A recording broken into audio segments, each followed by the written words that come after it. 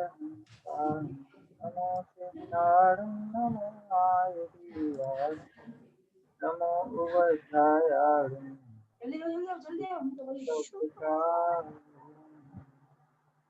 मंगलम भगवान वीरो मंगलम गौतम मंगलम कुंद कुंदाच्यो जय वेदमोक्ष मंगलम सर्वमंगल मांगल्यम सर्वकल्याणकारकम प्रधानम सर्वधर्माणां जैनं जयतु शासनं जैनं जयतु शासनं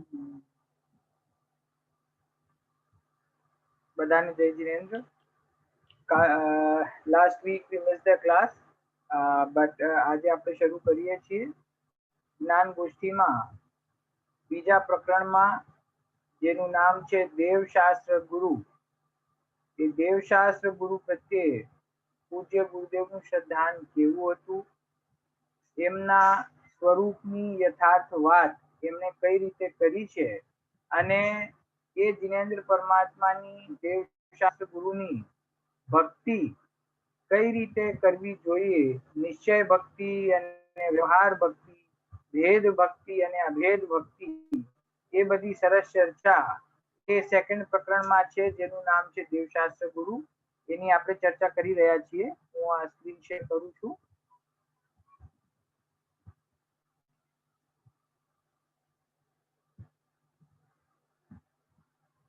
ક્વેશ્ચન નંબર 50 ઉપર આપણે છીએ. દેખાય છે ને બધાને?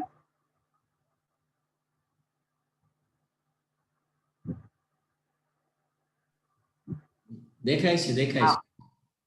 ઓકે, તો આપણે ક્વેશ્ચન નંબર 50 ઉપર આવી ગયા છીએ.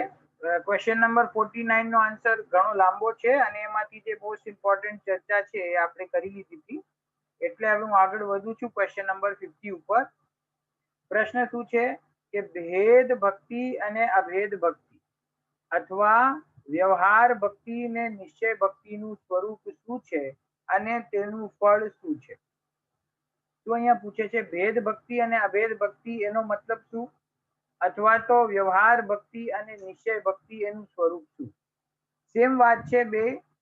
ભેદ ભક્તિ કહીએ અથવા વ્યવહાર ભક્તિ, અને અભેદ ભક્તિ કહીએ અથવા નિશ્ચય ભક્તિ, તો એનું સ્વરૂપ શું છે અને એનું ફળ શું છે? બે ક્વેશ્ચન છે. આ ક્વેશ્ચન ની પણ આપણે ચર્ચા કરી રહ્યા હતા. એક વખત હું વાંચું છું. પહેલા તો ભેદ ભક્તિ હોય છે. પરમાત્માના સ્વરૂપનો વિચાર કરવો તે ભેદ ભક્તિ છે. એવી ભેદ ભક્તિને જાણીને પછી એવો જ પરમાત્મા હું છું, આત્મામાં જ પરમાત્મા થવાની તાકાત છે, એમ પોતાના આત્માને ઓળખીને ઠરે તેનું નામ પરમાર્થ ભક્તિ અથવા અભેદ ભક્તિ છે. અભેદ આત્મા તરફ વળવાના લક્ષ્ય પૂર્વક ભેદ ભક્તિ હોય તો તેને વ્યવહાર કહેવાય. શું કહેવા માંગે છે અહીંયા પૂજ્ય ગુરુદેવ શ્રી? ભેદ ભક્તિ અને અભેદ ભક્તિ બે પ્રકારની ચર્ચા અહીંયા છે. ભેદ ભક્તિને બીજા શબ્દોમાં વ્યવહાર ભક્તિ પણ કહેવાય અને અભેદ ભક્તિને બીજા શબ્દોમાં નિશ્ચય ભક્તિ પણ કહેવાય. બરાબર? તો એ ભેદ ભક્તિ અને અભેદ ભક્તિ એનું સ્વરૂપ શું છે? તો ગુરુદેવ કહે છે પહેલા શરૂઆતમાં તો ભેદ ભક્તિ હોય છે. આપણે પહેલા ચર્ચા કરી હતી કે સાચા દેવશાસ્ત્ર ગુરુનો નિર્ણય કરવો એનું નામ વ્યવહાર ભક્તિ છે. તો એને અહીંયા ગુરુદેવ કહે છે કે પહેલા તો ભેદ ભક્તિ હોય છે. પરમાત્માના સ્વરૂપનો વિચાર કરવો તે ભેદ ભક્તિ છે. ભેદ ભક્તિ શું છે? કે પરમાત્માના સ્વરૂપનો વિચાર કરવો. આત્માના સ્વરૂપનો વિચાર કરવો એ નિશ્ચય ભક્તિમાં લીધું છે, અને પરમાત્માના સ્વરૂપનો વિચાર કરવો એને વ્યવહાર ભક્તિ અથવા ભેદ ભક્તિમાં લીધું છે. જુઓ, ભેદ ભક્તિ એટલે શું? આપણે દેવશાસ્ત્ર ગુરુના શરણમાં જઈને એમની ભક્તિ કરીએ અને ભક્તિના વચનો બોલીએ અથવા તો ભક્તિનો પાઠ કરીએ અથવા તો ભગવાનની પૂજા કરીએ, એ બધી ભગવાનની ભક્તિ કહેવાય. હવે કોઈક તો એમ સમજે છે કે પૂજાની જે ક્રિયા વિશેષ છે એની અંદર યુઝ કરવામાં આવતા એક પછી એક જે ક્રમ છે એનાથી ભગવાનની પૂજા થાય છે. કોઈક એમ સમજે છે કે બરાબર શુદ્ધતાથી વસ્ત્ર પહેરીને એક થાળીમાંથી બીજી થાળીમાં દ્રવ્યને આપણે સ્વાહા કરીએ એનું નામ ભક્તિ છે, પૂજા છે. કોઈક વચનોથી ભગવાનની ભક્તિ માને છે. પણ અહીંયા ગુરુદેવ શું કે છે, પરમાત્માના સ્વરૂપનો વિચાર કરવો તે ભેદ ભક્તિ છે. એટલે ખાલી વચનોથી ભક્તિ બોલીએ એ તો વ્યવહારનું પણ વ્યવહાર છે, સ્થૂળ વ્યવહાર છે. ખરેખર તો ભેદ ભક્તિ એટલે શું કે પરમાત્માનું સ્વરૂપ કેવું છે, એમના ગુણો કયા છે, એ ગુણો મને કઈ રીતે પ્રગટ થાય એવો વિચાર કરવો, એનું નામ ભેદ ભક્તિ છે. બરાબર. પછી એવી ભેદ ભક્તિને જાણીને પછી એવો જ પરમાત્મા હું છું, આત્મામાં જ પરમાત્મા થવાની તાકાત છે, એમ પોતાના આત્માને ઓળખીને ઠરે તેનું નામ પરમાર્થ ભક્તિ અથવા અભેદ ભક્તિ અથવા નિશ્ચય ભક્તિ છે. નિશ્ચય ભક્તિ કોને કહી છે કે જેવા પરમાત્મા છે, જેવું એમનું સ્વરૂપ છે એવું જ સ્વરૂપ મારું છે. જેમ તેઓ પરમાત્મા છે એમ હું પણ દ્રવ્ય સ્વભાવે પરમાત્મા છું, અને મારા આત્મામાં જ પરમાત્મા બનવાની તાકાત છે. એમ પોતાના ત્રિકાળી ધ્રુવ ભગવાન આત્માનો નિર્ણય કરીને પોતાના સ્વરૂપમાં સ્થિર થાય તો એનું નામ નિશ્ચય ભક્તિ છે. ભક્તિ જે જીવો કરતા હોય છે તો આપણે એમ કહીએ આ એમના બહુ ભાવો સારા છે, બહુ ભગવાનની ભક્તિમાં એમનું મન લાગે છે, ખૂબ ભક્તિ કરે છે ભગવાનની. એ જે બહારથી દેખાતી ભગવાનની ભક્તિ છે ને, ક્રિયા, એ તો ખરેખર વ્યવહારથી પણ ભક્તિ કહેવાતી નથી. વ્યવહારથી ભક્તિ ક્યારે કહેવાય કે જ્યારે ભગવાનનું સાચું સ્વરૂપ કેવું છે, એમણે વિતરાગતા અને સર્વજ્ઞતા પ્રગટ કરી છે, તો એ વિતરાગતા અને સર્વજ્ઞતા એનું સ્વરૂપ શું છે, એમ ભગવાનના સ્વરૂપનો યથાર્થ નિર્ણય કરે તો વ્યવહાર ભક્તિ. અને પછી જે પ્રવચન સારની ગાથા પ્રમાણે 80મી ગાથા પ્રમાણે જો જાણદી અરહંતમ દવત ગુણપદ્યતેહિમ તો જાણદી અપાણમ મોહો ખલુ જાગી તસ્લયમ, કે જે અનંત ભગવાનને દ્રવ્યપણે, ગુણપણે અને પર્યાયપણે જાણે છે તેનો મોહ નષ્ટ થાય છે. બરાબર છે. તો ભગવાનના સ્વરૂપને જોઈને પોતાના સ્વરૂપનો વિચાર કરે, પોતાના સ્વરૂપને ઓળખે, પોતાના ત્રિકાળી ધ્રુવ ભગવાન આત્માની પ્રતીતિ કરે, એનું નામ નિશ્ચય ભક્તિ છે, અથવા અભેદ ભક્તિ છે, અથવા ગુરુદેવે એને પરમાર્થ ભક્તિ પણ કહી છે. પરમાર્થ ભક્તિ કઈ છે? પોતાના સ્વરૂપમાં ઠરવું, તેનું નામ પરમાર્થ ભક્તિ છે. બરાબર. હવે આગળ શું કહે છે? અભેદ આત્મા તરફ વળવાના લક્ષ્ય પૂર્વક ભેદ ભક્તિ હોય તો તેને વ્યવહાર કહેવાય છે. આ જો આ બહુ સરસ વાત કરી છે ગુરુદેવે અહીંયા. આપણે એમ સમજીએ છીએ કે વ્યવહાર કરતા કરતા એક દિવસ નિશ્ચય થઈ જશે, એટલે કે અમે વર્તમાન સ્થિતિમાં શું કરી શકીએ કે અમે ભગવાનની ભક્તિ કરીશું, અમે વ્રત તપ ઉપવાસ કરીશું, અમે અમારા મનને શુદ્ધ રાખીશું. એમ કરતા કરતા, ભગવાનની પૂજા કરતા કરતા કોઈક દિવસ તો અમને સમ્યક દર્શનની પ્રાપ્તિ થશે. એટલે વ્યવહાર કરતા કરતા, માફ કરજો જરા પેજ ફરી ગયું છે, વ્યવહાર કરતા કરતા મને એક દિવસ નિશ્ચય પ્રગટ થશે એમ આપણે સમજીએ છીએ. પણ ગુરુદેવે શું કહ્યું છે અહીંયા? વ્યવહાર કરતા કરતા નિશ્ચય ના થાય, બલ્કિ એનાથી ઉલટું છે. શું? કે અભેદ આત્મા તરફ વળવાના લક્ષ્ય પૂર્વક જ્યારે ભેદ ભક્તિ હોય છે તો તેને વ્યવહાર ભક્તિ કહેવાય. શું? કે જીવનું વલણ તો પોતાના સ્વભાવને પ્રગટ કરવાનું હોય કે મને તો મારો આત્મા પ્રગટ કરવો છે, હું ત્રિકાળી ધ્રુવ ભગવાન આત્મા જ્ઞાનાનંદમય છું, અને હું જ ખરેખર પોતાના સુખનું કારણ છું, એમ સમજીને જે જીવ પોતાના સ્વરૂપમાં ઠરવાનો પ્રયત્ન કરે છે, એ સમયે પોતાના આત્માનો પુરુષાર્થ જ્યારે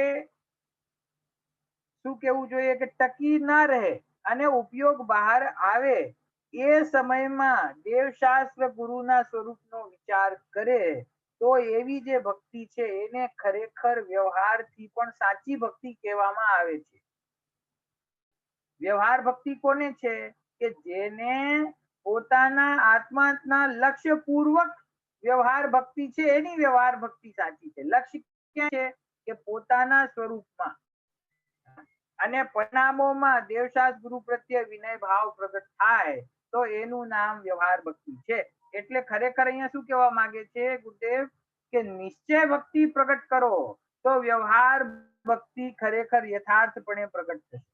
અને માત્ર શરીરના માધ્યમથી ભગવાનની ભક્તિ કરશો, વચનોથી ભગવાનની ભક્તિ કરશો અને એને ભક્તિ સમજશો તો એ ખરેખર સાચી વ્યવહાર ભક્તિ પણ નથી. બરાબર? તો એ રીતે અહીંયા ગુરુદેવે અભેદ ભક્તિ અને ભેદ ભક્તિનું સ્વરૂપ ખોલ્યું. પછી બીજો પ્રશ્ન તો શું કે ભક્તિનું સ્વરૂપ શું છે અને તેનું ફળ શું છે. હવે ફળ બતાવે છે. રાગ રહિત જ્ઞાન સ્વરૂપી આત્માનું શ્રદ્ધા જ્ઞાન કરીને તેના ધ્યાનમાં એકાગ્ર રૂપ અભેદ ભક્તિ એ તો મોક્ષ ફળદાયક છે અને તેનાથી વિપરીત ભેદ ભક્તિ બંધ ફળદાયક. જો શું આ બહુ આકરી પંક્તિ છે, બહુ લાઈન અઘરી છે. શું કહ્યું ગુરુદેવે કે અભેદ ભક્તિનું ફળ શું છે કે અભેદ ભક્તિ પહેલા કહેવાય કોને કે પોતાના સ્વરૂપમાં ઠરી જવું, એનું નામ અભેદ ભક્તિ છે. પોતાના આત્મામાં એકાગ્ર થઈને ધ્યાન કરે અને એ ધ્યાન પણ કેવી રીતે કે જ્ઞાન અને શ્રદ્ધાન પૂર્વક પોતાના સ્વરૂપના ધ્યાનમાં એકાગ્ર થાય અને આત્માનુભૂતિ થાય તો એનું નામ ખરેખર સાચી અભેદ ભક્તિ છે, નિશ્ચય ભક્તિ છે. અને એવી ભક્તિનું ફળ શું છે કે એવી ભક્તિનું ફળ મોક્ષ છે. એવી જે ભક્તિ છે તે ખરેખર મોક્ષ ફળદાયક છે. અને જે વ્યવહાર ભક્તિ છે એનું શું તો કે છે કે એ નિશ્ચયથી વિપરીત જે વ્યવહાર રૂપ ભેદ ભક્તિ છે એ તો ખરેખર બંધ ફળદાયક છે. શું કહ્યું કે જે વ્યવહાર ભક્તિ છે એ તો બંધ કરાવનારી છે. વ્યવહાર ભક્તિ એટલે કઈ મનમાં અશુભ ભાવો ચાલતા હોય અને વચનોથી ખાલી ભગવાનની ભક્તિ બોલતો હોય એની વાત નથી હો. વ્યવહાર ભક્તિ ગુરુએ કોને કહી હતી? પરમાત્માના સ્વરૂપનો વિચાર કરે તે ભેદ ભક્તિ છે. પહેલી લાઈનમાં જુઓ તો જ્યાં પરમાત્માના સ્વરૂપના વિચાર રૂપ શુભ ભાવને પણ બંધનું કારણ કહ્યું છે ત્યાં શુભાશુભનો વિવેક રાખ્યા વગર રંગરાગ પૂર્વક પોતાનું મનોરંજન કરવા માટે, કોઈ કાર્યક્રમને સરસ રીતે કરવા માટે સંગીત આદિની સાથે અને બહુ મોટો સરસ ભક્તિનો પ્રોગ્રામ ગોઠવે અને પછી એમ પોતાને મનને મનાવે એમ સમજે કે અમે આજે બહુ સરસ ભક્તિ કરી તો ગુરુદેવ કહે છે એ તો ખરેખર વ્યવહાર ભક્તિ પણ નથી. તો વ્યવહાર ભક્તિ એટલે ખરેખર કોને કહેવાય? વ્યવહાર ભક્તિ એટલે ઈમાનદારી પૂર્વક થયેલો શુભ ભાવ. ખરેખર દેવશાસ્ત્ર ગુરુના સ્વરૂપનો જે જીવ ચિંતન કરે છે એ વ્યવહાર ભક્તિ થાય છે. જેને વિતરાગ સર્વજ્ઞ પરમાત્મા સિવાય આ જગતમાં બીજા કોઈ દેવો હિતકારી લાગતા નથી. પોતાના વિતરાગ સર્વજ્ઞ પરમાત્મા સામે જ મસ્તક ઝુકાવે છે અને જેની અંદર એવો યથાર્થ નિર્ણય છે કે આ જ સાચા દેવ છે, એને વ્યવહાર ભક્તિ પ્રગટ થાય છે. અને એ વ્યવહાર ભક્તિ એ પણ ખરેખર મોક્ષનું કારણ નથી, એ ભક્તિ પણ બંધનું કારણ છે. એમ અહીંયા ગુરુદેવ કહે છે. કેટલી ઊંચી વાત છે કે એ ભગવાનના સ્વરૂપનો વિચાર કરવો એ વ્યવહાર ભક્તિ અને એ વ્યવહાર ભક્તિ પણ મોક્ષનું કારણ નથી. તો અશુભ ભાવ ક્રિયા હોય તો એ તો મોક્ષનું કારણ ક્યાંથી હોય? શુભ ભાવને પણ અહીંયા ગુરુદેવે બંધ ફળદાયક છે એમ કહ્યું છે. વ્યવહાર ભક્તિ કેવી છે કે વ્યવહાર ભક્તિ અથવા ભેદ ભક્તિ એ બંધ ફળદાયક છે અને નિશ્ચય ભક્તિ છે એ મોક્ષ ફળદાયક છે. એ બે ની અંદર ફેર છે. બરાબર?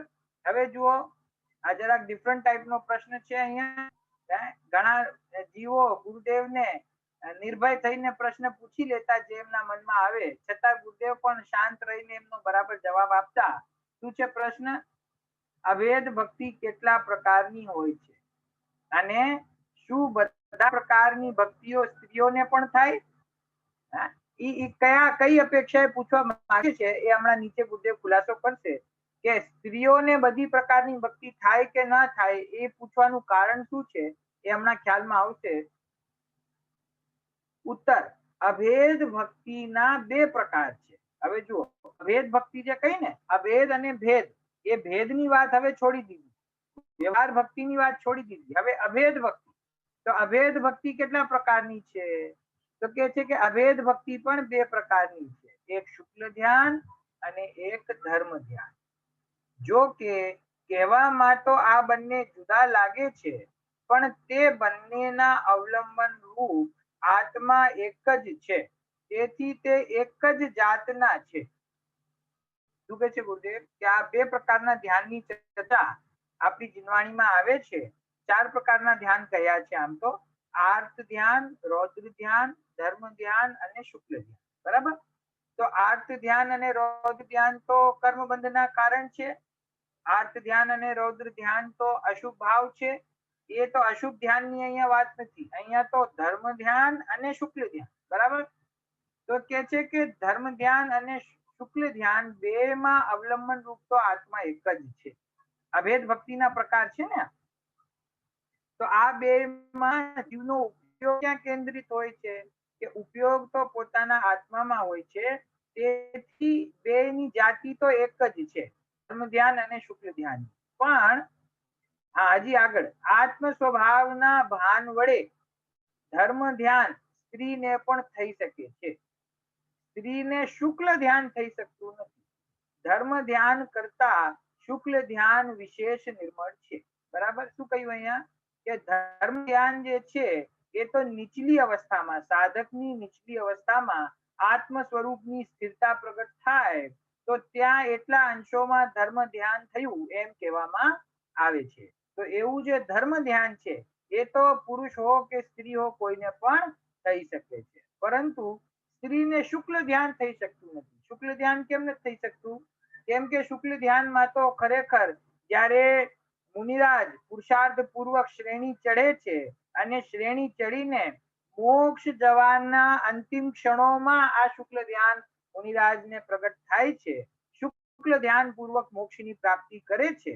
તો એ શુક્લ ધ્યાન માટે નગ્ન દિગંબર અવસ્થા, સમસ્ત પરિગ્રહોનો ત્યાગ અને એ પુરુષની અંદર આ નિમિત્તથી વાત છે કે એમને જે આપણે કહેવાય ને કે શરીરના અંતિમ ભાવ જે જીવોને હોય છે ને, જેઓ મોક્ષની પ્રાપ્તિ કરે છે અંતિમ ભાવથી, તે બધા ચરમ શરીરી હોય છે. બરાબર છે ને? અને એમના શરીર આદિની મજબૂતીની જે વાત આવે છે ને, સંહનન અને સંસ્થાનની, તો એ નિમિત્ત રૂપે એ બધા જ્યારે ઉપસ્થિત હોય છે, એવા જીવોને સહજપણે પોતાની યોગ્યતાથી શુક્લ ધ્યાન પ્રગટ થાય છે. અને સ્ત્રીઓને એ ધ્યાન થઈ શકતું નથી. સ્ત્રી અવસ્થામાં પરિગ્રહનો ત્યાગ સંપૂર્ણ રૂપે થઈ શકતો નથી. તો સ્ત્રીને ધર્મ ધ્યાન પ્રગટ થાય એટલે કે સ્ત્રી વધારામાં વધારે પંચમ ગુણસ્થાન સુધી જઈ શકે, અને પછી પંચમ ગુણસ્થાન પૂર્વક જ એનાથી આગળ સ્ત્રીઓ જઈ શકતી નથી. પુરુષાકાર હોય જ્યારે મનુષ્ય ભાવમાં પુરુષાકાર રૂપે જીવે જન્મ લીધો હોય પુરુષ રૂપે, અને 3 પ્રકારના લિંગ છે એમાં પુરુષ લિંગથી જીવ સાધના આગળ કરે છે અને મોક્ષમાં જાય છે. એ બધું બાહ્ય નિમિત્ત છે. શરીરની અવસ્થા, સંહનન, સંસ્થાન એ બધું બહારમાં છે, પણ અંદરમાં એવા જીવને શુક્લ ધ્યાન પ્રગટ કરવાની યોગ્યતા હોય છે, કારણ કે એની અંદર નિર્મળતા વિશેષ છે. એવી વાત અહીંયા ગુરુદેવે સરળતાથી કરી છે. પછી કોઈને ધર્મ ધ્યાન કે શુક્લ ધ્યાન એના વિશેષ સ્વરૂપને સમજવું હોય તો પછી આપણે કર્ણાન યોગના શાસ્ત્રોનો આધાર લેવો પડે, અથવા તો સામાન્ય રીતે પણ સમજવું હોય તો ગુણસ્થાન વિવેચન આદિમાં આપ સમજી શકો છો. અહીંયા તો મેઇન પ્રકરણ અત્યારે દેવશાસ્ત્ર ગુરુની ભક્તિનું છે અને એની અંદર અભેદ ભક્તિની ચર્ચા આવી અને અભેદ ભક્તિ સ્ત્રીઓને થઈ શકે કે નહીં એમ પૂછે છે. એનો ઉત્તર ગુરુદેવે આપ્યો કે ભાઈ ધર્મ ધ્યાન તો સ્ત્રીઓને પણ થઈ શકે છે. આત્માનો અનુભવ અને બે કશાય ચોકડીના અભાવ પૂર્વક આત્માની સ્થિરતા એ સ્ત્રી પર્યાયમાં પણ થઈ શકે છે. તેથી અભેદ ભક્તિ છે એ સ્ત્રીઓને પણ પ્રગટ થાય એમાં કોઈ બાધા નથી. બરાબર. હા, હવે આગળ. કોઈ કોઈનું બહુમાન કરી શકતું નથી. આમ જો માનીએ તો તીર્થંકરોનો અવિનય નહીં થાય. અહીંયા આ પ્રશ્ન શું પૂછે છે? નિશ્ચયથી એમ કહેવામાં આવે ને કે બધા જીવ સમાન છે, કોઈ જીવ કોઈ કરતા ઓછો નથી, કોઈ જીવ કોઈ કરતા મોટો નથી, તો તેથી કોઈ જીવ બીજા કોઈનું બહુમાન કરે કઈ રીતે? એમ તો એ નિશ્ચયના કથનને પકડીને અને એમ પૂછે છે શિષ્ય કે જો કોઈ કોઈનું બહુમાન ના કરી શકે એમ માનીએ તો તીર્થંકરોનો અવિનય નહીં થઈ જાય. બરાબર. તો કે છે ઉત્તર, તીર્થંકરોનો વિનય કહેવો કોને? પ્રશ્ન તો ખ્યાલમાં આવ્યો ને કે આપણે કોઈનું બહુમાન કરી શકતા નથી એમ કહીએ તો પછી દેવશાસ્ત્ર ગુરુનો વિનય આપણે કરવો કે ના કરવો? કે ભાઈ વિનય તો કરવો, પણ કોઈ વિનય કરી શકતું નથી એનો મતલબ શું? એને અહીંયા ગુરુદેવ સમજાવે છે. તીર્થંકરોનો વિનય કહેવો કોને? તીર્થંકર ભગવાન વિતરાગ છે. ખરેખર રાગ વડે તેમનો વિનય થતો નથી. જેમ તીર્થંકર પ્રભુએ પોતે કર્યું અને કહ્યું તે પ્રમાણે સમજવું અને ભગવાન ચૈતન્ય જ્યોતનું બહુમાન કરીને તેમાં ઠરવું, તે જ તીર્થંકરોનો સાચો વિનય છે. જો આ ગુરુદેવ કયા એંગલથી વાત કરે છે ને, કયું દ્રષ્ટિકોણ છે ગુરુદેવનું, એ આપણને સમજવું બહુ જરૂરી છે. પ્રશ્ન શું છે? કોઈ કોઈનું બહુમાન કરી શકતું નથી એમ તમે કહેશો તો પછી તીર્થંકરોનો વિનય નહીં કરીએ તો અવિનય થશે ને એમનો. તો ગુરુદેવે ઉત્તર શું આપ્યો કે તું વિનય કોને કહે છે? તીર્થંકર ભગવાનની સામે જઈને એમની મૂર્તિની સામે જઈને એમની સામે ઝૂકે છે, નમસ્કાર કરે છે, એમની ભક્તિ કરે છે, એનું નામ વિનય છે? તો ગુરુદેવ કહે છે કે ખરેખર રાગ વડે તેમનો વિનય થતો નથી. ભગવાન તો વિતરાગ છે. તો તું એમની સામે જઈને શુભરાગ કરે અને શુભરાગ પૂર્વક ક્રિયાઓ કરે, એનાથી ખરેખર સાચો વિનય નથી. તો સાચો વિનય શું છે? કે તીર્થંકર પ્રભુએ જે કામ પોતે કર્યું છે, એટલે પોતાના સ્વરૂપમાં જે રીતે તેઓ ઠરી ગયા છે અને એમણે જે કહ્યું છે, એટલે કે એમનો જે વિતરાગતા રૂપ જે ઉપદેશ છે, તત્વના સ્વરૂપને બતાવનારું જે ઉપદેશ છે, આત્મા અને પરદ્રવ્યની ભિન્નતા બતાવનારી જે વાણી છે, એ વાણીને યથાર્થ રૂપે સમજવું અને સમજીને પોતાના ભગવાન ચૈતન્ય જ્યોતનું બહુમાન કરીને એમાં ઠરવું, તે જ તીર્થંકરોનો સાચો વિનય છે. શું કહ્યું? આપણા ધર્મમાં ખરેખર બાહ્ય ક્રિયાઓને કોઈ સ્થાન આપવામાં આવ્યું નથી. બાહ્ય ક્રિયાઓ નથી હોતી એમ વાત નથી. બાહ્ય ક્રિયાઓ તો સદાચાર રૂપે પ્રત્યેક સાધર્મીને, શ્રાવકને, મુમુક્ષુને હોય જ છે અને હોવી જ જોઈએ. પણ એ ક્રિયાઓથી મોક્ષનો માર્ગ ખુલે છે, એ ક્રિયાઓથી ધર્મ પ્રારંભ થાય છે, એ ક્રિયાઓથી મોક્ષ મળી જશે, એવી વાત આપણા આગમમાં ક્યાંય કરવામાં આવી નથી. બરાબર. તો અહીંયા વિનયની જ્યારે વાત કરીએ કે ભગવાનની વિનય, તો ભગવાનનો જે વિનય છે એ પણ ગુરુદેવે કહ્યું કે તું ભગવાનના સ્વરૂપને જોઈને, એમના ઉપદેશને સમજીને, એમના ઉપદેશમાં જે બતાવવામાં આવ્યું છે એવા પોતાના ચૈતન્ય જ્યોત ભગવાન આત્માનું બહુમાન કરી અને એમાં ઠરી જઈશ તો ખરેખર તીર્થંકરોનો સાચો વિનય થશે. તું સાચો વિનય ક્યારે થાય? કે તું આત્મામાં ઠરી જા, એનું નામ સાચો વિનય છે. એક સમ્યક દ્રષ્ટિ જીવ હોય, ભગવાનના ઉપદેશને સાંભળીને સમોશરણનો આપણે વિચાર કરીએ કે સમોશરણની અંદર ભગવાનનો ઉપદેશ થતો હોય અને અસંખ્ય જીવો ભગવાનના ઉપદેશને સાંભળતા હોય, બરાબર. અને કોઈ એવો પાત્ર જીવ હોય એ ભગવાનની વાણી સાંભળી, તત્વનો વિચાર કરી, ચિંતન કરી અને પુરુષાર્થ પૂર્વક પોતાના આત્માનો અનુભવ પ્રગટ કરે છે. એવા ઘણા જીવો હોય છે કે જે અનુભવ પણ ત્યાં સમોશરણમાં પહોંચીને થાય, ત્યાં જ તેઓ વૈરાગ્ય પ્રગટ થતા સંયમ ધારણ કરે, પરિણતિમાં વિશેષ નિર્મળતા આવતા મુનિ ધર્મ ધારણ કરે અને ત્યાંથી જ આત્મ ધ્યાનમાં લીન થઈને મોક્ષની પ્રાપ્તિ કરે છે. એવા ઘણા જીવ હોય છે કે જે સમોશરણથી જ મોક્ષની પ્રાપ્તિ કરે છે, બરાબર. હવે એ જે જીવ છે ને એ ભગવાન સામે કોઈ ભક્તિપૂર્વક નૃત્ય કરતો નથી, એ ભગવાન પાસે જઈને બીજી કોઈ પણ પ્રકારે વિનય દેખાડતો નથી, પરંતુ ખરેખર સૌથી સારી વિનય કોણે કરી? એ જીવે જેને ભગવાનનો ઉપદેશ સાંભળી પોતાના આત્મામાં જે ઠરી ગયો અને આત્માનુભૂતિ પ્રગટ કરી, દીક્ષા લઈને મોક્ષમાં જતો રહ્યો, એનાથી વધારે વિનય કોણે કરી? ગુરુદેવ કહે છે એ ખરેખર સાચો વિનય છે. અને દેવો હોય છે એ નૃત્ય કરતા હોય, ઘણા પ્રકારના નાટક કરતા હોય, ભગવાનને ચવર કરતા હોય છે અને એમના 3 છત્ર બનાવે છે, તો એ મોટા ભગત કહેવાય કે આ સમ્યક દ્રષ્ટિ જીવ છે એ મોટો ભગત કહેવાય? ખાલી અહીંયા બાહ્ય ક્રિયાને આપણા ધર્મમાં કોઈ પ્રધાનતા નથી. ભગવાનને તમે શ્રદ્ધેય માનો છો, ભગવાનને તમે સાધ્ય માનો છો, તો પછી ભગવાને જે ઉપદેશ આપ્યો છે, જે એમને તત્વની વાત સમજાવી છે, જે એમની દ્વાદશાંગમય વાણી છે, એ વાણીને ગ્રહણ કરી પોતાના આત્માનો અનુભવ કરે, ખરેખર તો એ જીવ ભગવાનનો સાચો વિનય કરે છે. હવે જો આગળ બહુ સરસ વાત કહે છે ગુરુદેવ, સત સમજવાથી વિનય જાય નહીં, પણ સત સમજવાથી જ સતની ખરી ભક્તિ અને ખરો વિનય થાય છે.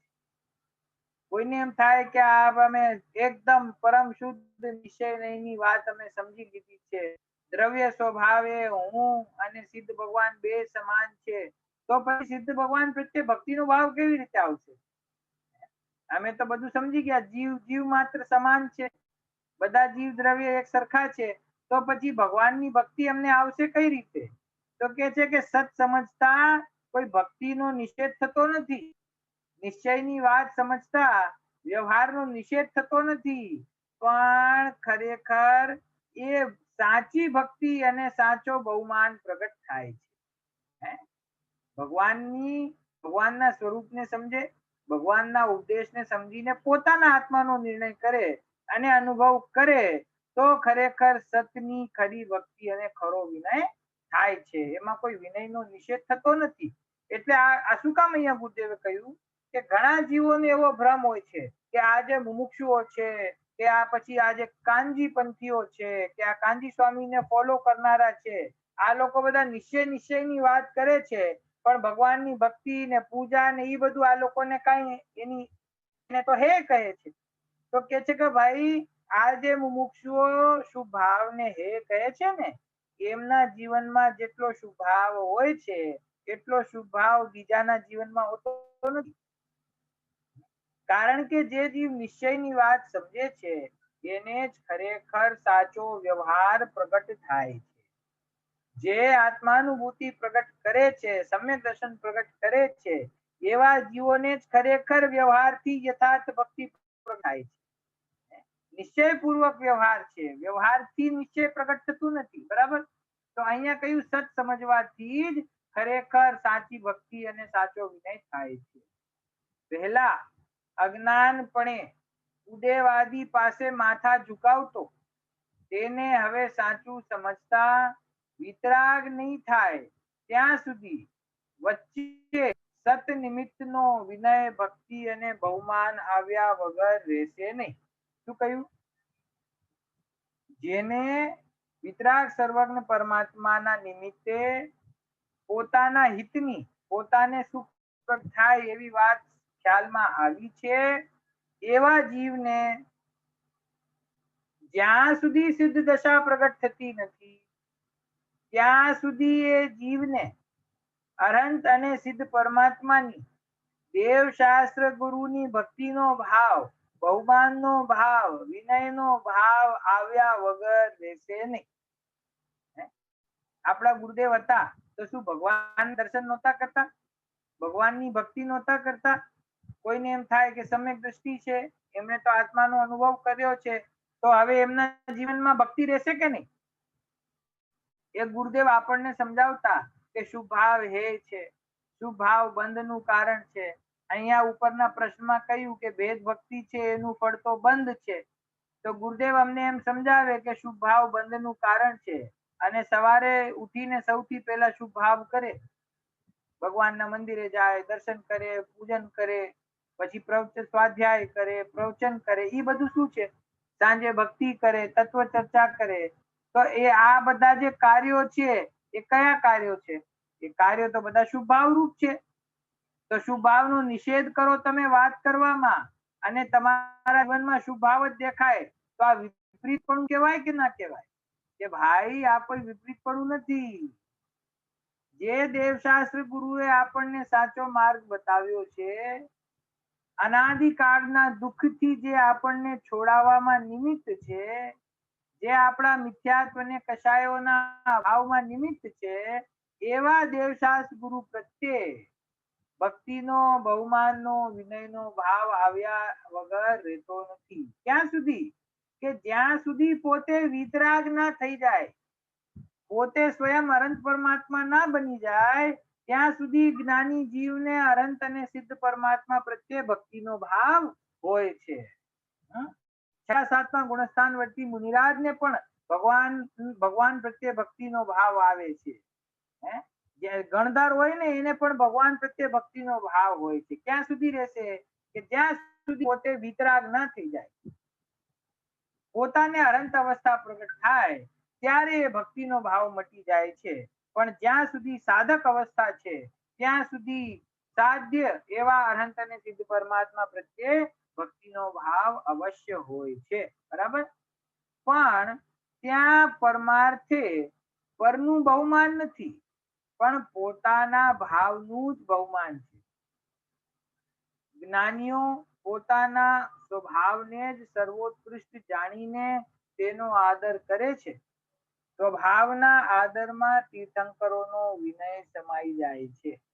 જો આ કેવી સરસ વાત છે કે જ્ઞાની તો પોતાના સ્વભાવને જ સર્વોત્કૃષ્ટ જાણે છે અને આત્મામાં સ્થિર થાય અને પછી ઉપયોગ બહાર જ્યારે આવે ત્યારે ભગવાનની ભક્તિ કરે. તો ગુરુદેવ કહે છે કે જ્યારે ભગવાનની ભક્તિ જ્ઞાની જીવ કરે છે ને ત્યારે ખરેખર ભગવાનની ભક્તિ કરતા નથી, પોતાના ત્રિકાળી ભગવાન આત્માનો જ બહુમાન છે. કારણ કે એમને ખ્યાલ આવી ગયો છે કે જે ભગવાનની હું ભક્તિ કરું છું, જેવું એમનું સ્વરૂપ છે એવું જ મારું સ્વરૂપ છે. તો પોતાના સ્વરૂપમાં સ્થિરતા કરે એ જ ખરેખર સાચો આદર છે. છેલ્લી લીટી જો કેવી સરસ છે, સ્વભાવના આદરમાં તીર્થંકરોનો વિનય સમાઈ જાય છે. જેને પોતાના સ્વભાવનો આદર છે, સ્વભાવનો આદર એટલે શું? સ્વભાવનો આદર એટલે ખાલી પરમાત્માની જય બોલે અને કોઈ જીવો શુદ્ધાત્માની જય બોલે, શુદ્ધ આત્મદ્રવ્યની જય, એનું નામ ભક્તિભાવ નથી, એનું નામ આદર નથી. આદર એટલે પોતાના સ્વરૂપમાં સમાઈ જવું, પોતાના સ્વરૂપમાં ઠરી જવું, એનું નામ આદર છે. જે જીવ પોતાના આત્મામાં ઠરી જાય છે એની સાધનામાં ખરેખર તીર્થંકર પરમાત્માનો પણ વિનય સહેજે થઈ જાય છે. કેવી રીતે? કે તીર્થંકર ભગવાને જે માર્ગ બતાવ્યો હતો એ માર્ગ ઉપર જે જીવ ચાલે છે એ જ ખરેખર સાચો વિનય ભગવાનનો કરે છે. એવી સરસ વાત અહીંયા ભેદ ભક્તિની અને અભેદ ભક્તિની આવી, પછી ધર્મ ધ્યાન અને શુક્લ ધ્યાનની વાત આવી અને પછી આ ખરેખર બહુમાનનું સ્વરૂપ શું છે એની અહીંયા વાત કરી. બરાબર? હવે આગળ ક્વેશ્ચન છે 53 નંબર. શ્રી પરમાત્મ પ્રકાશ ગાથા 15માં કહ્યું કે જેમણે જ્ઞાનાવરણાદી ભાવ તેમજ દ્રવ્ય એટલે કે દ્રવ્ય કર્મનો અને ભાવ કર્મનો નાશ કરીને અને દેહાદિક સર્વે પરદ્રવ્યોને છોડીને કેવળ જ્ઞાનમય પરમાત્મા પ્રકાશ પ્રાપ્ત કર્યો છે તેમને શુદ્ધ મનથી પરમાત્મા જાણો. આ પ્રશ્ન તો હવે આવશે. આ તો એને ઉદાહરણ બતાવ્યું છે કે પરમાત્મા પ્રકાશમાં એવી વાત આવી છે. કેવી? કે જેણે દ્રવ્ય અને ભાવ કર્મનો નાશ કર્યો છે, દેહાદિ સમસ્ત પરદ્રવ્યોનો ત્યાગ કર્યો છે અને કેવળ જ્ઞાન રૂપી પ્રકાશને પ્રાપ્ત કર્યો છે તેમને આપણે પરમાત્મા માનવા જોઈએ. એવી વાત પરમાત્મા પ્રકાશ ગ્રંથમાં છે. બરાબર. હવે પ્રશ્ન છે, વળી પરમાત્માને દેહાદિના સંયોગનો પણ નાશ કહ્યો છે. પરમાત્માને દેહ તો નથી હોતો એમ ત્યાં કહ્યું છે. હવે અરિહંત દેવ પરમાત્મા હોવા છતાં તેમને શરીરનો સંયોગ તો હોય છે, છતાં શરીર આદિ છોડીને પરમાત્મા થયા છે એમ કેમ કહ્યું? પ્રશ્ન શું છે અહીંયા કે ત્યાં ગાથામાં પરમાત્મા પ્રકાશમાં એવા શબ્દો આવ્યા છે કે દેહાદિક સર્વે પરદ્રવ્યોને છોડી જે પરમાત્મા થયા છે એમને શુદ્ધ મનથી પરમાત્મા જાણવા. બરાબર. તો પ્રશ્ન અહીંયા એવો છે કે અરિહંત ભગવાન પણ પરમાત્મા છે અને એમને દેહ પણ છે. દેહનો હજી ત્યાગ તો થયો નથી, તો એમને પરમાત્મા માનવા કે ના માનવા? કારણ કે ગ્રંથમાં એમ કહ્યું છે કે પરમાત્માએ દેહાદિક સર્વે પરદ્રવ્યોનો ત્યાગ કર્યો છે. બરાબર. તો અહીંયા જુઓ ગુરુદેવ શું ઉત્તર આપે છે.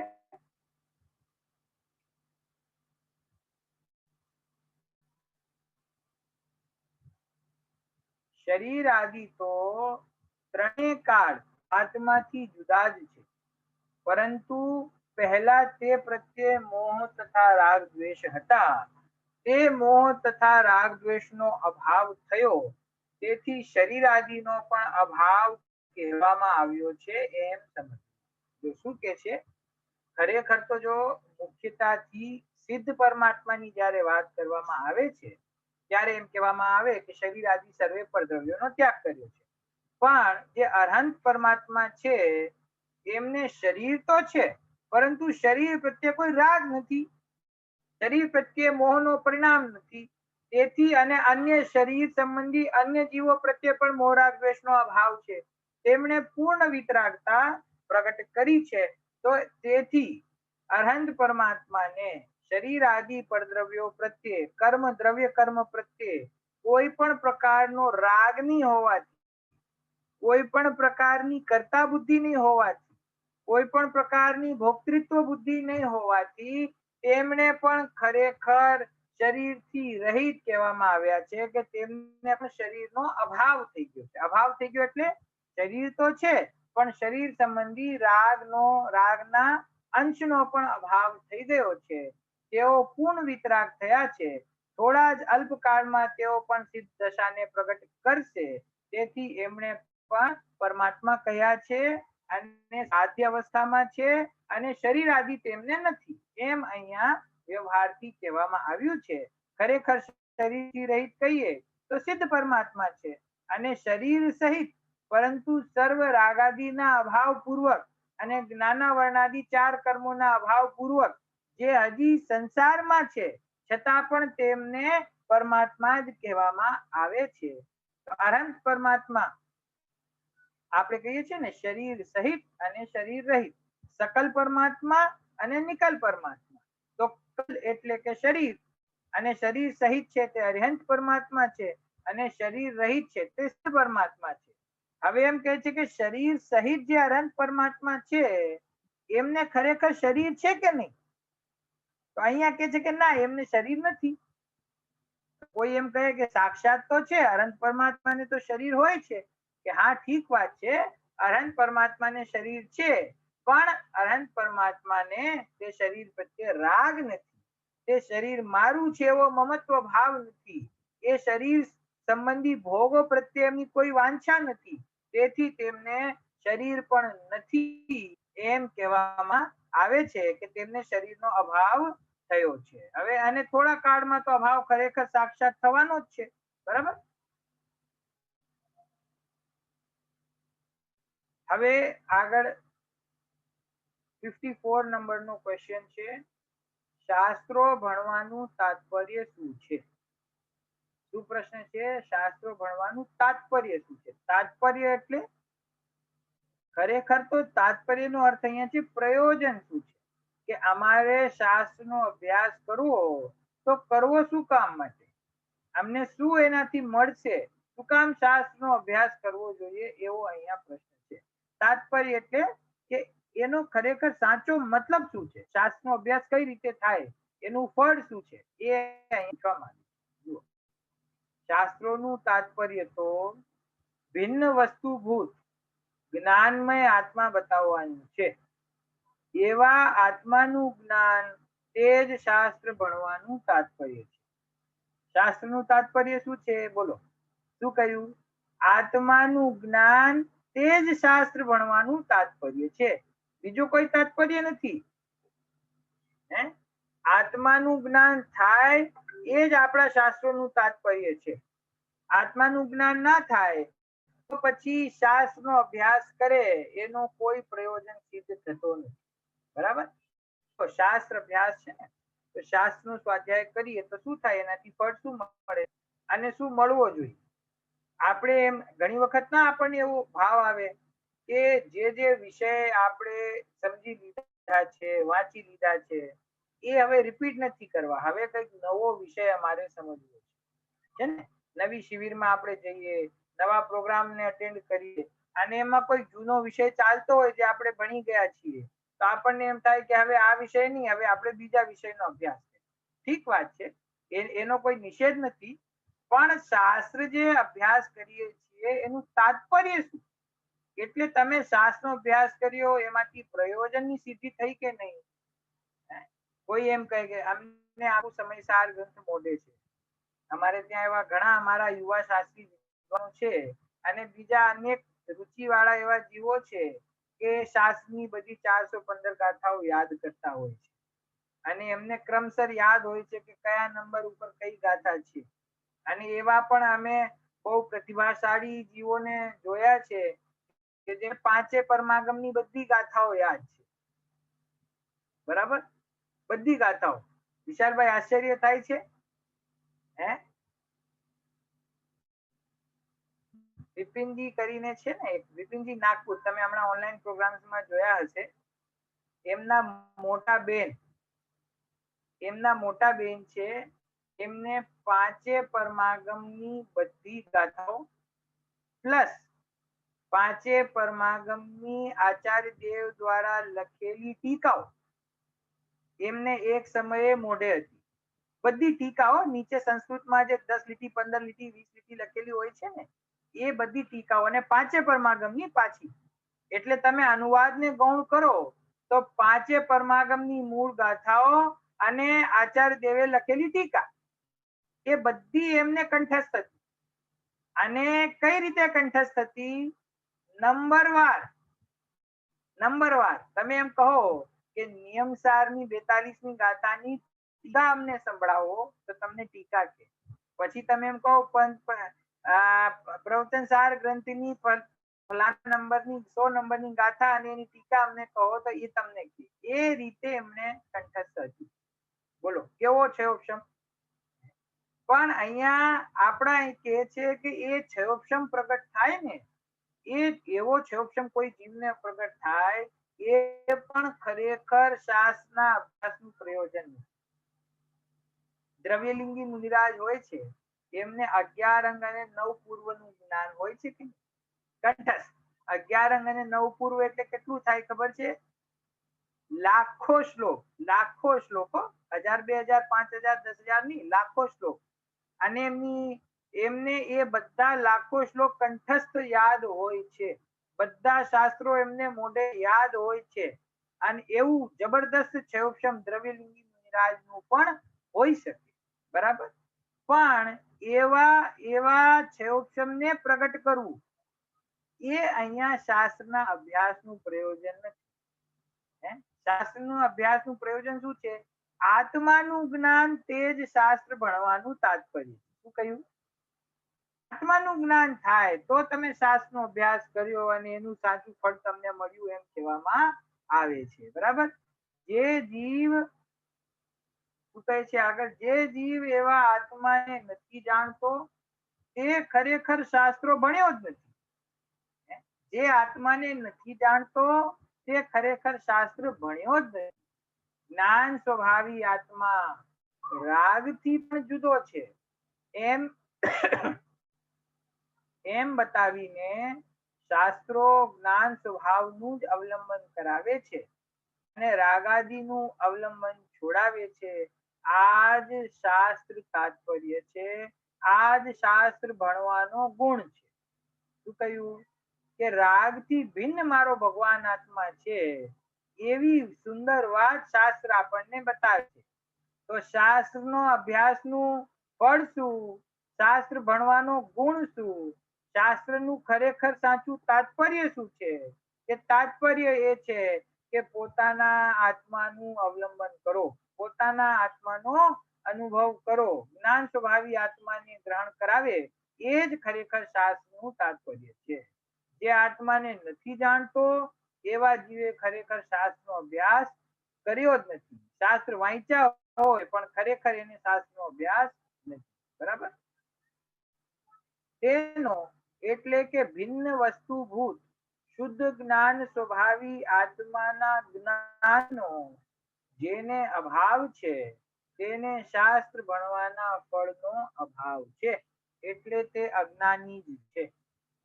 કે જેને પોતાના આત્માનું જ્ઞાન પ્રગટ થતું નથી તો જે જીવ છે તેને શાસ્ત્ર ભણવાના ફળનો અભાવ છે. કડક વાત છે.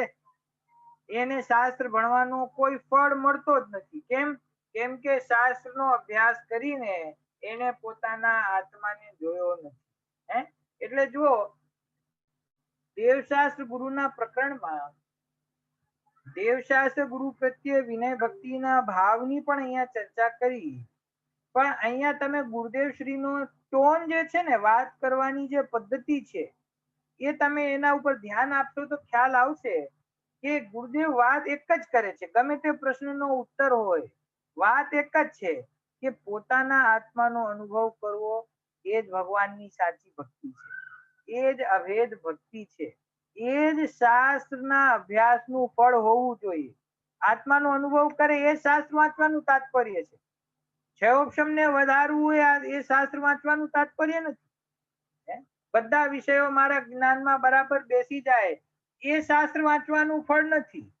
શાસ્ત્ર વાંચવાનું તાત્પર્ય શું છે કે આત્માનું જ્ઞાન થવું જોઈએ. આત્માનું જ્ઞાન થાય તો ખરેખર શાસ્ત્રનો અભ્યાસ કર્યો એમ કહેવામાં આવે છે. તો આ ગુરુદેવ શ્રીની જે વાત કરવાની પદ્ધતિ છે, પ્રશ્ન કોઈએ ભલે અશુભ ભાવનો કર્યો હોય, શુભ ભાવનો કર્યો હોય, ગમે તેવી ક્રિયા સંબંધી પ્રશ્ન હોય, ગમે તેવી ભક્તિ સંબંધી પ્રશ્ન હોય, પણ ગુરુદેવ એ પ્રશ્નનો ઉત્તર પોતાના શુદ્ધાત્માથી જ આપે છે.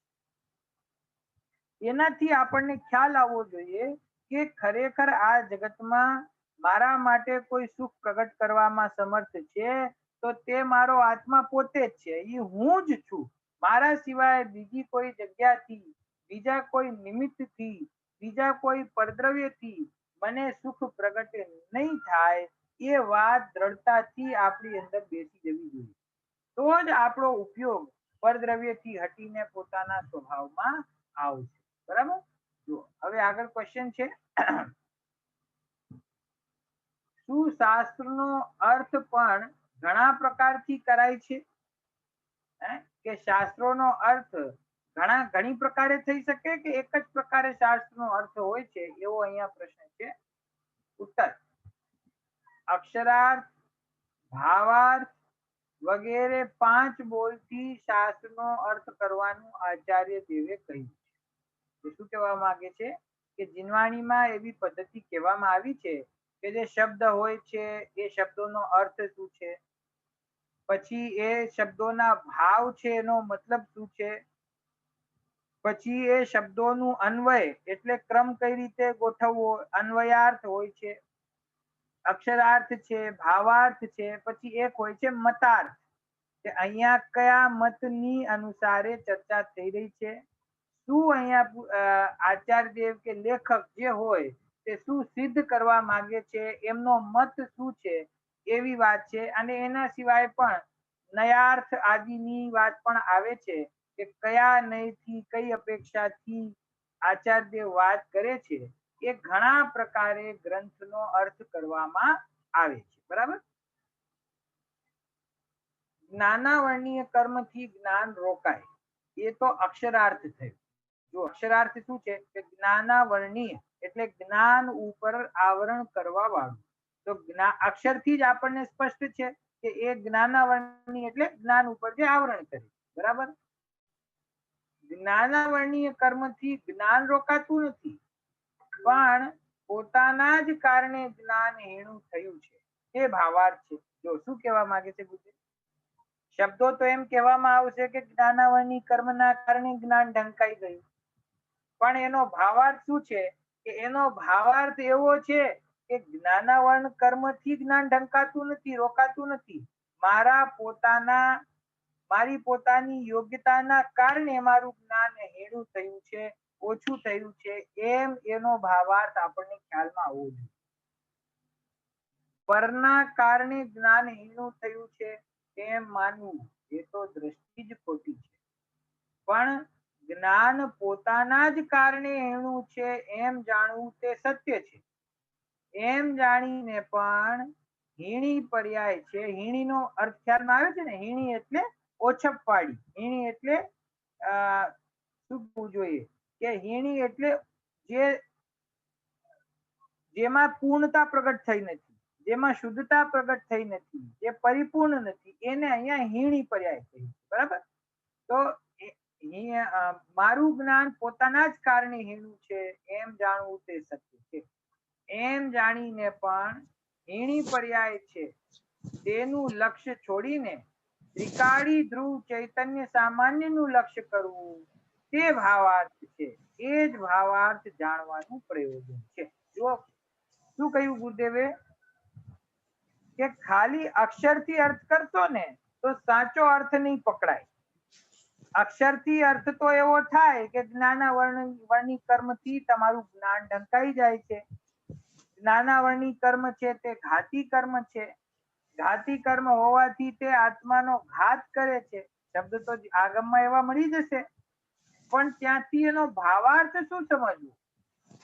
કે ભાવાર્થ એનો એવો છે કે ખરેખર જ્ઞાનાવર્ણીય કર્મથી મારું જ્ઞાન રોકાઈ ગયું છે એવું નથી, પણ મારી યોગ્યતાથી જ મારું જ્ઞાન હીણું પ્રગટ થયું છે એમ સમજવું જોઈએ.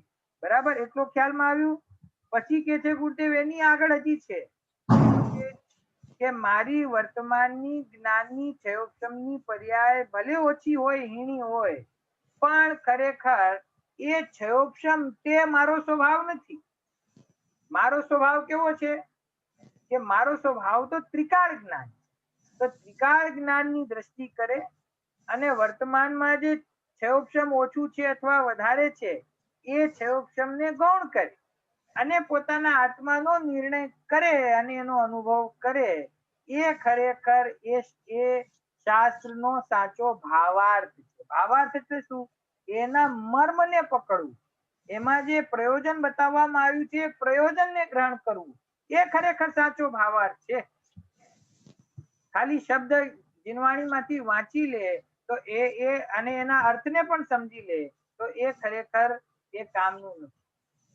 આ ભાવાર્થ માટે સમજવા માટે એક ઇન્સિડન્ટ મને યાદ આવે છે, ઘટના છે. મહાભારતમાંથી એ ઘટના બતાવવામાં આવી છે અન્ય મતમાં, પણ બહુ સરસ છે, સમજવા યોગ્ય. શું છે કે પાંડવો જ્યારે આશ્રમમાં શિક્ષા દીક્ષા લેતા હતા ત્યારે એમના ગુરુજી એમને ભણાવે તો એક દિવસ એમણે આ વેદનું પેલું વાક્ય પણ છે, આ વેદની અંદર આ વાક્યો ખરેખર છે, સત્યમ વદ અસત્યમાં વદ, એટલે કે હંમેશા સત્ય બોલવું જોઈએ, અસત્ય ના બોલવું જોઈએ નહીં, એવો પ્રથમ ઉપદેશ છે. એક લીટીનો ઉપદેશ. તો ગુરુજીએ બધા પાંડવોને બેસાડીને, બધા શિષ્યોને બેસાડીને આ પાઠ ભણાવ્યો. સત્યમ વદ અસત્યમાં વદ, સત્ય બોલો અસત્ય ના બોલો. 2-3 વખત 4 વખત રિપીટ કરાવી. બરાબર. પછી કહ્યું કે કાલે બધાએ આ પાઠ યાદ કરીને આવવાનું. બીજા દિવસે બધાને પૂછ્યું કે ભાઈ યાદ કર્યું? કે હા ગુરુજી યાદ કર્યું. કે શું યાદ કર્યું? કે સત્યમ વદ અસત્યમ મા વદ. બરાબર. ગુરુજીએ કહ્યું કે બધાને જો યાદ થઈ ગયું હોય તો હવે આપણે આગળ વધીએ. તો અર્જુને એમ કહ્યું કે ગુરુજી મને ક્ષમા કરો, મને હજી યાદ થયું નથી. મારા હૃદયમાં હજી મને કંઠસ્થ આ વાત છે નહીં. તો ગુરુજીએ કહ્યું તું તો આટલો હોશિયાર છે અને આ એક જ લીટીનું મેં તમને હોમવર્ક આપ્યું તું એટલું પણ યાદ ન થયું? તો કે ક્ષમા કરો ગુરુજી હજી નથી થયું.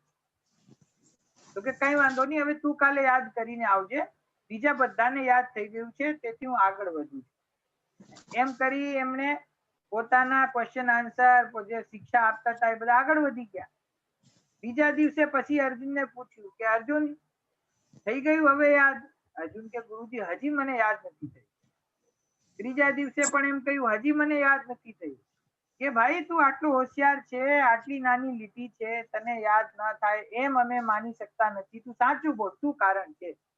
કે ગુરુજી અહીંયા લખ્યું છે સત્યમ વદ અસત્યમ મા વદ. સત્ય બોલો, અસત્ય ના બોલો. પણ મેં વિચાર કરીને જોયું, હું તો મારા જીવનમાં ઘણા નાના મોટા અસત્ય બોલું છું.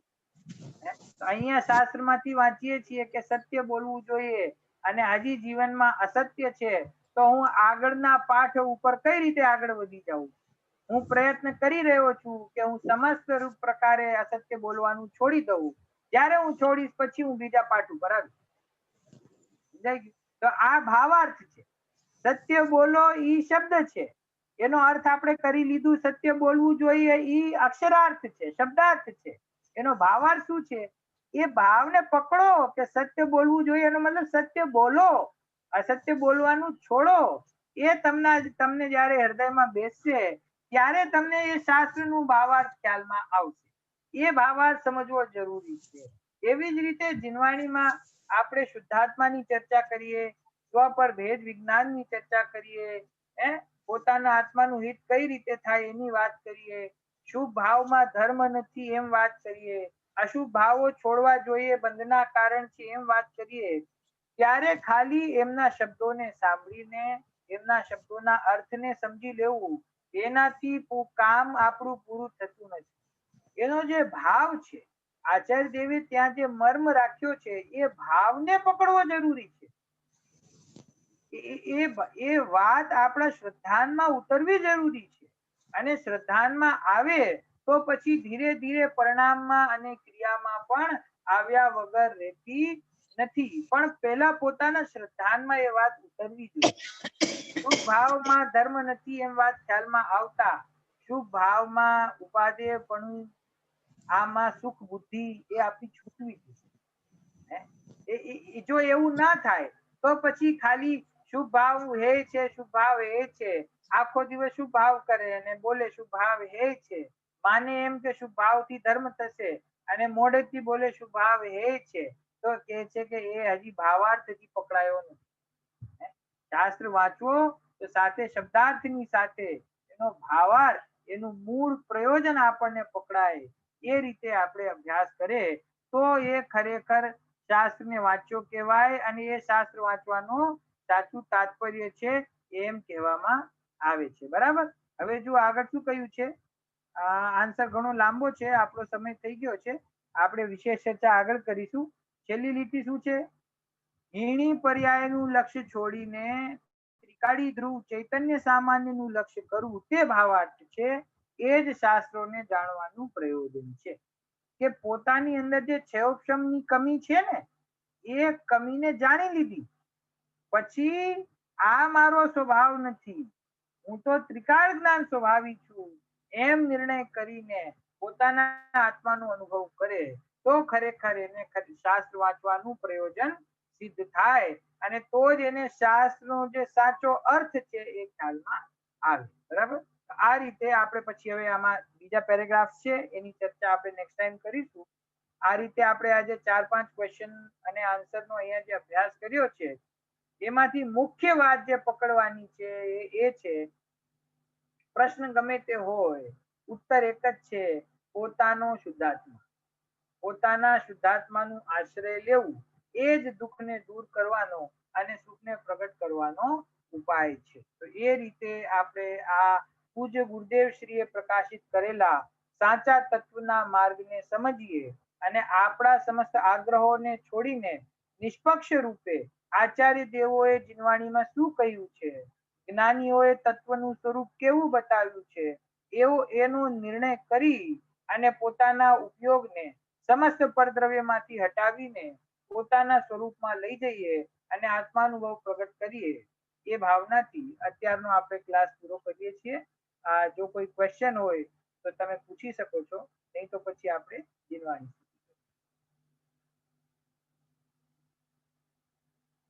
એક તમને એક અપકમિંગ શિબિર છે પાછી ફરીથી એની ઇન્ફોર્મેશન આપી દઉં. 20 તારીખથી 24 તારીખ સુધી ચીન દેશના યુવા આધ્યાત્મિક શિબિર છે. એની ડિટેલ્સ હું તમને મોકલીશ હમણાં, 1-2 દિવસમાં ફાઇનલ થઈ જશે. આ ઓનલાઈન શિબિર આખી it's all dedicated to young people. એની જે કોન્સેપ્ટ છે શિબિરની એ બાય યંગ ફોર યંગ.